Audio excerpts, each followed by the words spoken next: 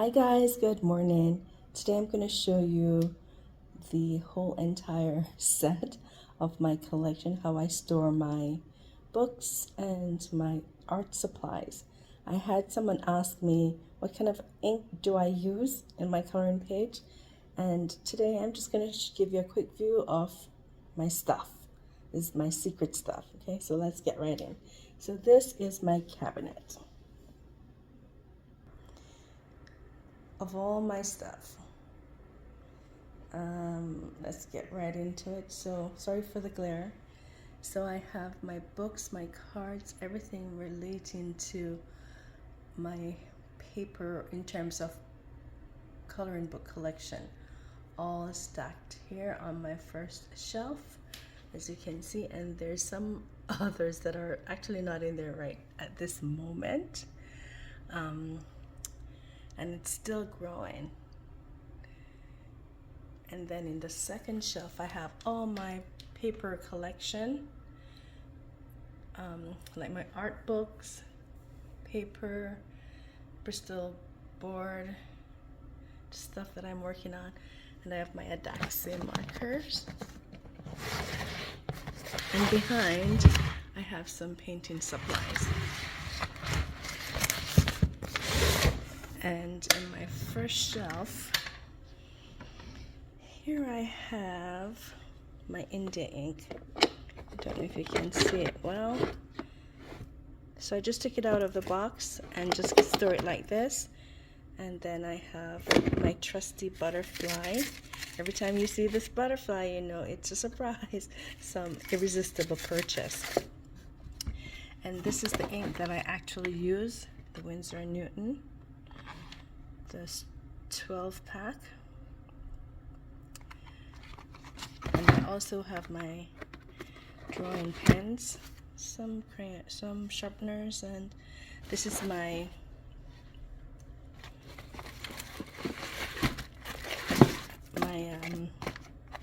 Yuga mix set that I have here. See how nice and easy it is to package and fold up. So I just have it stored right away here. I also have some paintbrushes. These are from Artichoke, and they're just acrylic watercolor brushes. They can be used for anything. There's 15 that came in it, and I'm working with one hand here. So I've everything. It actually comes like this. They're the little blue brushes that I use, these ones.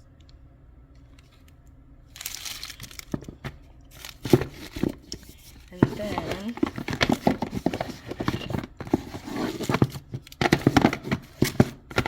I have, these are some extra fine point pens that I've collected over the years. I got my white gel pen in it and so forth. And then these are also some studio pens that I have.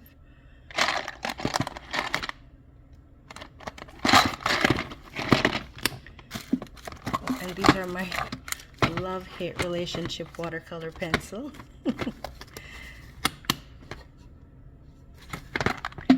So these are my humble beginnings that I do not forget. And I also have sometimes, just to keep these soft cushion pads for the pencils if your fingers are hurting a bit. And my next drawer would be like just stuff. So funny enough, I do a little bit of sewing too, and I got my paper cutter, my heat gun, staplers, all that stuff.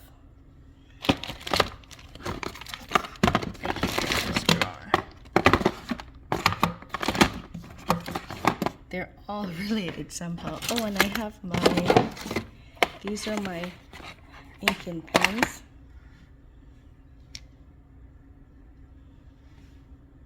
When I'm ready to do artwork or inking. I do a little bit of everything. No surprise there, right? And this would be my toolbox. when I'm making some craft.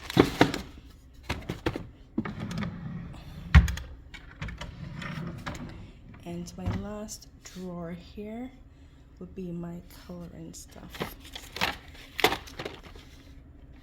This is my gouache.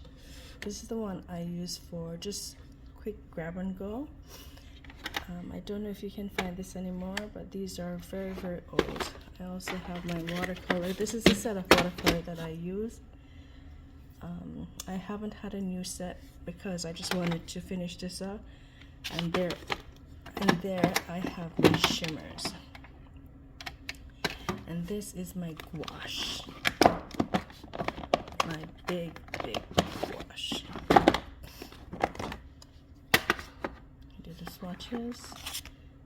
So they're all dried up cakes now, but if you activate it with water, it becomes usable. And that might be a lifetime gouache, just saying. And I have some pastels here. And I also have some basic acrylic. I did a mural one time, a full-scale mural, and I used my acrylic to paint on, and this is my coloring board.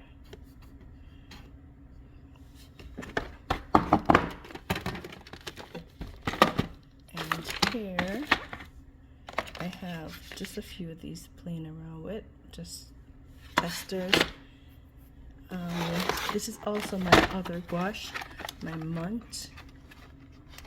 Montmartre gouache. It is the 24 pack, and I use this occasionally. These were my more vibrant ones. I just wanted to see what the tube. I was doing my book reference guide for gouache, and I had the tubes, and I also had the cakes, and I had these. These were the jelly, the cakes, and the tubes. And because I wanted to test it out what the Winsor & Newton was, I also bought this one, the red ochre, and it's really, really intense. The pigments are really, really vibrant. And I still have my cutting board and also my little cutting mat.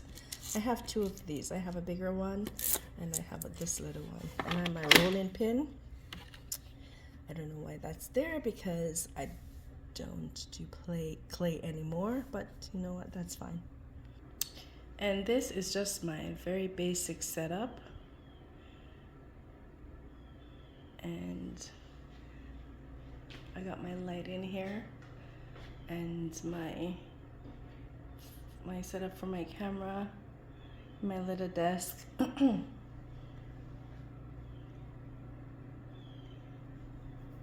And then sometimes I can't resist and I use my little table here to do some work as well with my pod there.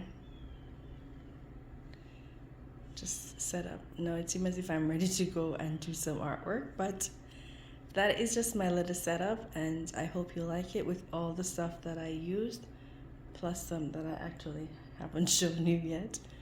But you know, just so you can be familiar with who I am and what I do, how I create my content in order to get it to you. So that's me, Crush and Covers, Tracy Ann, and thank you so much. I thank you for your